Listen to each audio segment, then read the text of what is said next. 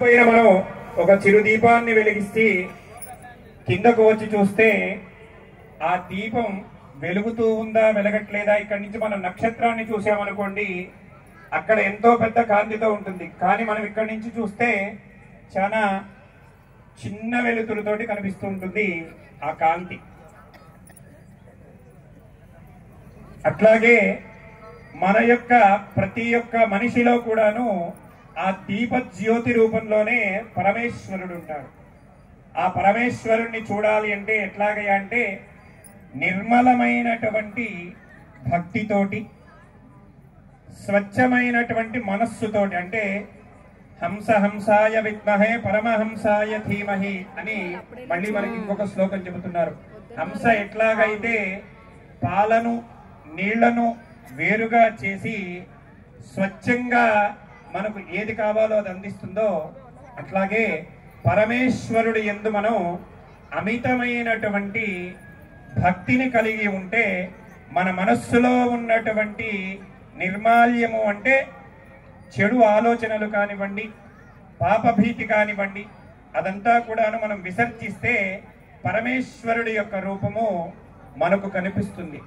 అయితే అది ఒక్క దీపంలోనే కనిపిస్తుంది అనుకుంటే ఈ రోజున మనం ఇన్ని లక్షల కోట్ల దీపాలతోటి దీపోత్సవ కార్యక్రమాన్ని చాలా వైభవోపేతంగా ఆ పరమేశ్వరుడి యొక్క అనుగ్రహంతో ఇక్కడ ఈ ఖమ్మం పట్టణంలో ఉన్నటువంటి ప్రజలందరి యొక్క సౌభాగ్యం కొరకు భక్తిగా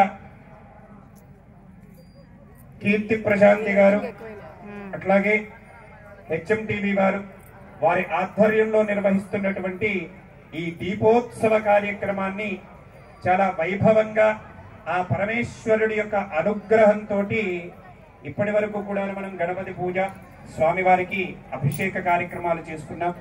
కేవలం కొద్ది నిమిషాలలోనే ఆ దీపోత్సవ కార్యక్రమం ఉంటుంది కాబట్టి ఒక దీపానికి అమితమైనటువంటి శక్తి ఉంటుంది, భక్తికి అమితమైనటువంటి శక్తి ఉంటుంది అని మనకి ఇందాక నుంచి యుగంధర్ శర్మ గారు చెబుతూ ఉన్నారు.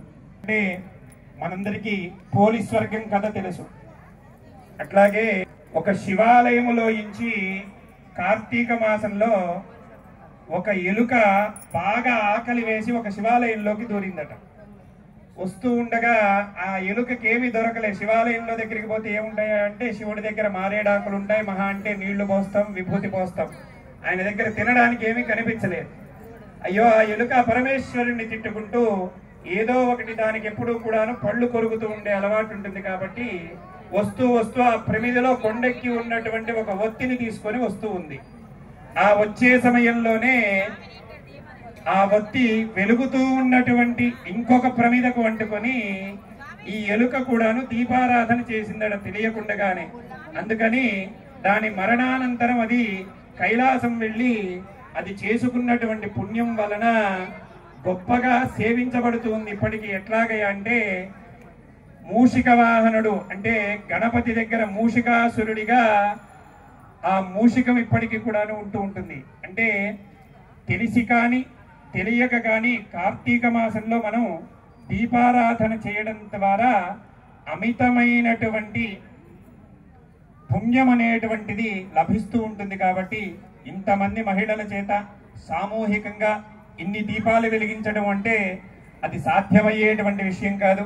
కేవలం పరమేశ్వరుడి యొక్క పరిపూర్ణమైనటువంటి కరుణా కటాక్ష వీక్షణాలు మన పైన ఉంటేనే మనకు అది సాధ్యమవుతుంది. కాబట్టి ఈ రోజునంతటి మనం మహద్భాగ్యాన్ని మనం నోచుకున్నాం.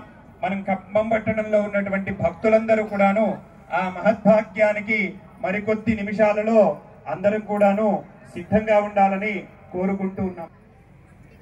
దయచేసి ఎవరు లేవద్దు. ఆ ఒత్తి వెలిగించి వచ్చిందాకా మీ మీ స్థానాల్లో కూర్చోండి. రాగానే మీ దగ్గర ఉన్న దీపానికి పూజ చేసి వెంటనే ఆ దీపం కూడా వెలిగించుకున్న తర్వాత కొద్ది క్షేమంలోనే ఆ కార్యక్రమం పూర్తి చేసుకుందాం. కాబట్టి అందరూ సహకరించండి. ఎవరు కదిలి అక్కడికి రావద్దు. కొద్దిగా అక్కడ ఇబ్బంది అవుతుంది కాబట్టి మీరందరూ మీ స్థానాల్లో కూర్చొని మీ దగ్గర అందరికీ కనిపించాలని చాలా ఎత్తులో ఏర్పాటు చేశాం. కష్టమైన భజంత్రీలు ఒకసారి కష్టమైన ఎత్తులో ఏర్పాటు చేశాం కాబట్టి మీరు కూర్చున్న స్థానంలో నుంచే వీక్షించండి. ఓం నమ శివాయ. ఎవరు కూడా దయచేసి అక్కడికి వెళ్ళవద్దు. ఎక్కడ వాళ్ళు అక్కడనే ఆ యొక్క మనసులో స్వామిని స్మరించుకుంటూ ఆ కార్యక్రమాన్ని తిలకించి స్వామి కృపకు పాత్రగా ఉంటుందిగా కోరుతున్నాం.